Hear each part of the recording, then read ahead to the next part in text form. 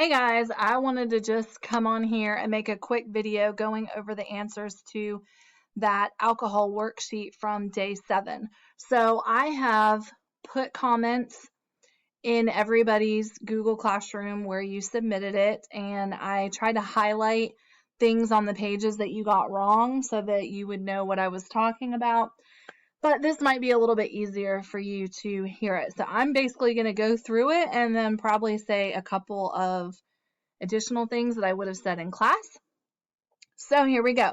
And I apologize. I know this was a little bit difficult because there were several websites and you had to click on several things to be able to see what you were doing. But anyways, ethanol, alcohol, comes from the fermentation of grains such as corn, potatoes, fruits, beets, and cane sugar molasses.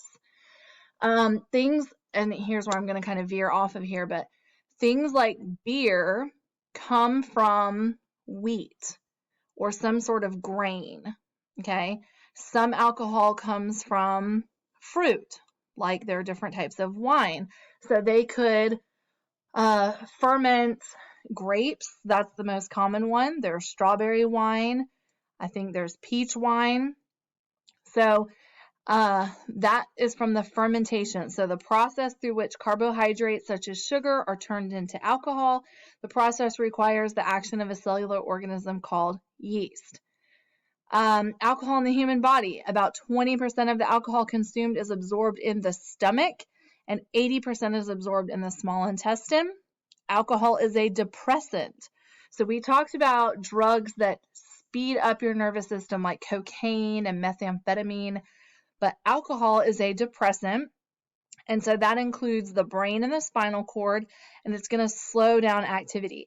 This is something that a lot of teenagers get confused, and they think that it is a stimulant because when you see people at a party, in a movie, having a good time, dancing on tables and acting kind of silly, your brain thinks that it is a stimulant. But it's actually not. If you think about what happens to somebody when they continue to drink and drink and drink more and more alcohol, what happens? They slow down, they're sluggish, and eventually they're going to pass out and they could die from drinking too much alcohol. So always remember the end effect shows you that it is actually a depressant. It also is depressing your ability to make good judgment calls. Okay, so that would be another way to think about it. That's why people are acting crazy. That's why people are dancing around, having a good time. Where did I end up? Okay, impacts of underage drinking. In the United States, it is illegal for anyone under the age of 21 to drink any amount of alcohol. Obviously, religious ceremonies are okay. If you take communion at church and you drink a little bit of wine, no, they are not going to come arrest you. But legal age in the United States is 21 years old. That is different in other countries. You may have been to other countries where the drinking age is 18 or even lower than that. In some countries, there's not really an enforced drinking age. So that's very interesting. But here in the US, it is 21. Drinking is a major cause of death from accidents. You could have put injuries among young people. Drinking too much can harm the growing brain. Your brain continues to develop from birth into the mid-20s. So that is why the drinking age is 21 here. Your brain really is not even totally developed at 21. Okay? So somebody could argue that maybe the drinking age should be 25. But I know some people say, well, at 18, I'm an adult. I'm allowed to vote. I'm allowed to gamble. I'm allowed to join the military and get, I go into combat. But I don't know what to tell you about that. The age is 21. Drinking too much plays a role in risky sexual activity, such as having sex when they didn't want to and hadn't planned to do so. So you might not have planned on hooking up with somebody at that party, but drinking, we said, suppresses your inhibitions. It decreases your judgment. People tend to look a lot more attractive when you've had some alcohol in your system.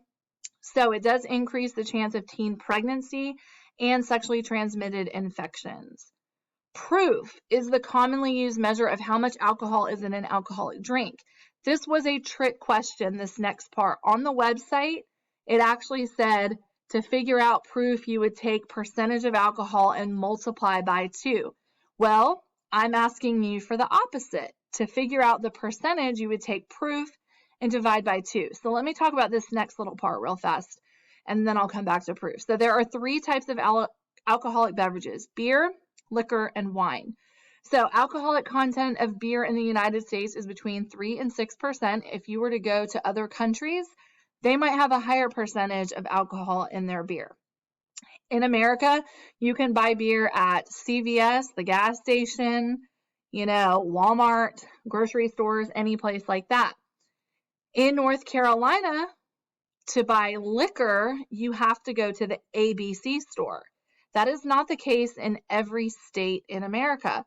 I have a friend who lives in Kentucky, and you can go to CVS, Walmart, and they sell liquor there. But in some states like North Carolina, because it is such a high percentage of alcohol in it, we try to control it. You cannot buy it on Sunday. You cannot go at 2 o'clock in the morning and buy it. We have it regulated here. So American wine has between 9 and 14% alcohol. Alcohol content in hard liquor can range from 14 to 40%. So that tells you you can go up to 80 proof, right? If it's 40% alcohol, multiply that by 2, that would be 80 proof. At the liquor store, there's different types of liquor, and then there are different brands of liquor. So I don't really need to get too much into that, but when you hear things like vodka or rum, that is just describing a type of liquor. But then there would be different individual brands, kind of like if you were talking about soda, how there's different types of soda, but then there's different brands of soda. Okay, a standard drink: 12 ounces of regular beer, 5 ounces of wine, or 1.5 ounces of 80 proof liquor. I apologize that there's a typo there. It says roof and it should actually say proof.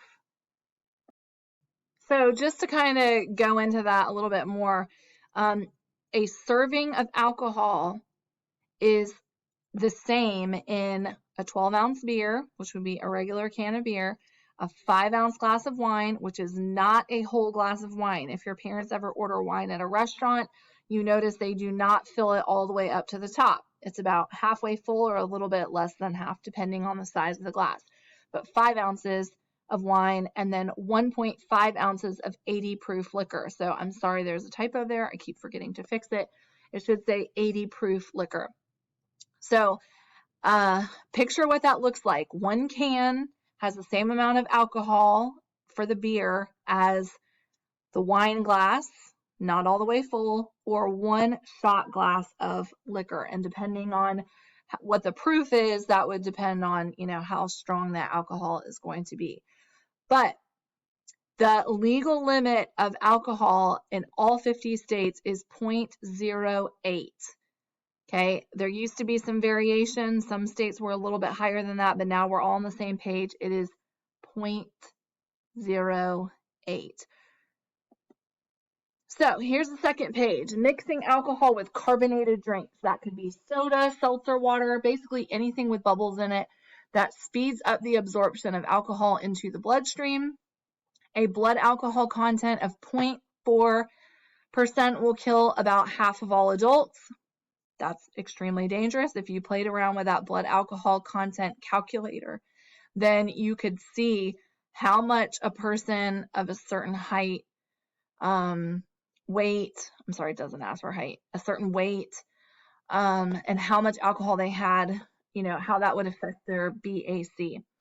Blackouts. This is one that quite a few people got wrong, and it was a little bit harder to find on the website. So the answer I was looking for: blackouts occur when people have no memory of what happened during a time of heavy drinking. So remember, it's a depressant. They're drinking. They passed out. They have no idea what happened the night before. Did I have sex with somebody? How did I get back to my room? What was I doing? I have no idea. That would be a blackout.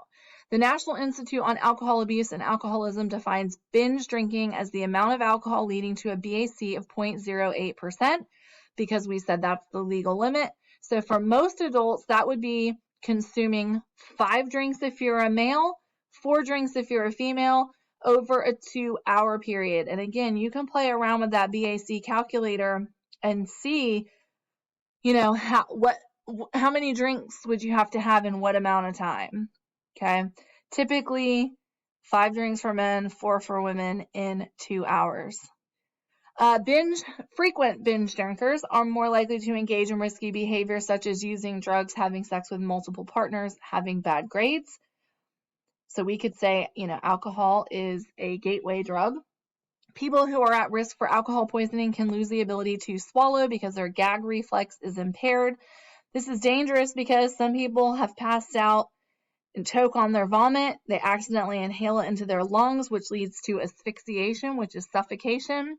People who survive alcohol poisoning may have irreversible brain damage. So there's some of the signs of alcohol poisoning: confusion, stupor, vomiting, seizures, irregular breathing, unconsciousness, hypothermia. So it will lower your body temperature because it's a depressant.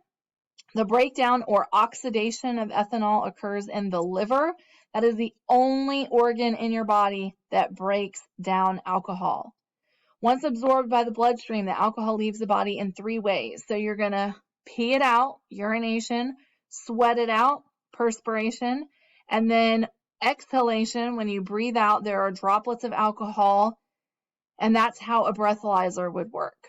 As a rule of thumb, an average person can eliminate 0.5 ounces of alcohol per hour. So that translates to 1 can of beer per hour. So remember, that would be the equivalent of 1 can of beer, 5 ounces of wine, or 1.5 ounces of liquor.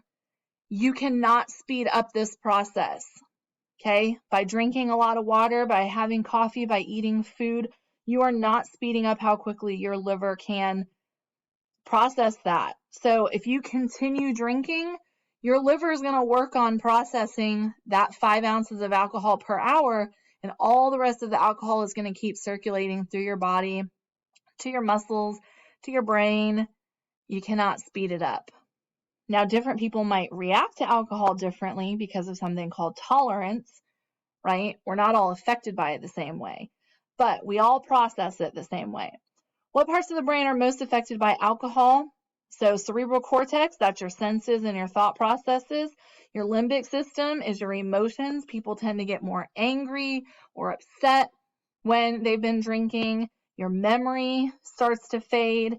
Your cerebellum controls movements and balance.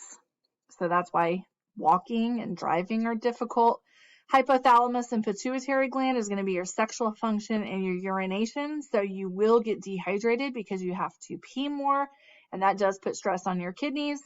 The medulla is your brain stem, and that's your involuntary functions like your heartbeat, your breathing, those kinds of things. What are the 7 long-term effects of alcohol mentioned on the website? They said liver damage. So cirrhosis is something that specifically happens to your liver. Brain damage, stomach ulcers, high blood pressure, decreased sperm production, obviously for males, anemia from poor nutrition, and broken bones from falls. And then this is the last page. So how does alcohol affect our lungs? They have identified something called alcoholic lung. That's not good. Heart.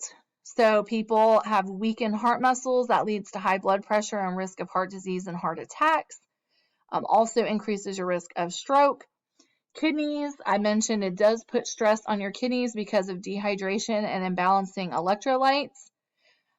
Legal consequences. The legal consequences for driving while impaired. Fines can run you anywhere from $500 to $4,000. You can have jail time, community service. You might lose your driver's license. If you are under 21, there is a 0 tolerance policy, so you cannot have any alcohol in your system or they can take your license away. And all they have to do is smell alcohol on your breath. Let's say you refuse a breathalyzer test. Anybody who refuses automatically gets 30-day suspension of your license. And then even if you are found not guilty in court, they take it away for a year. Other consequences could be criminal record, injuries, job loss, seizure of your vehicle, and of course the worst would be death. So I just barely made it in my 15-minute time limit. Let me know if you have any questions.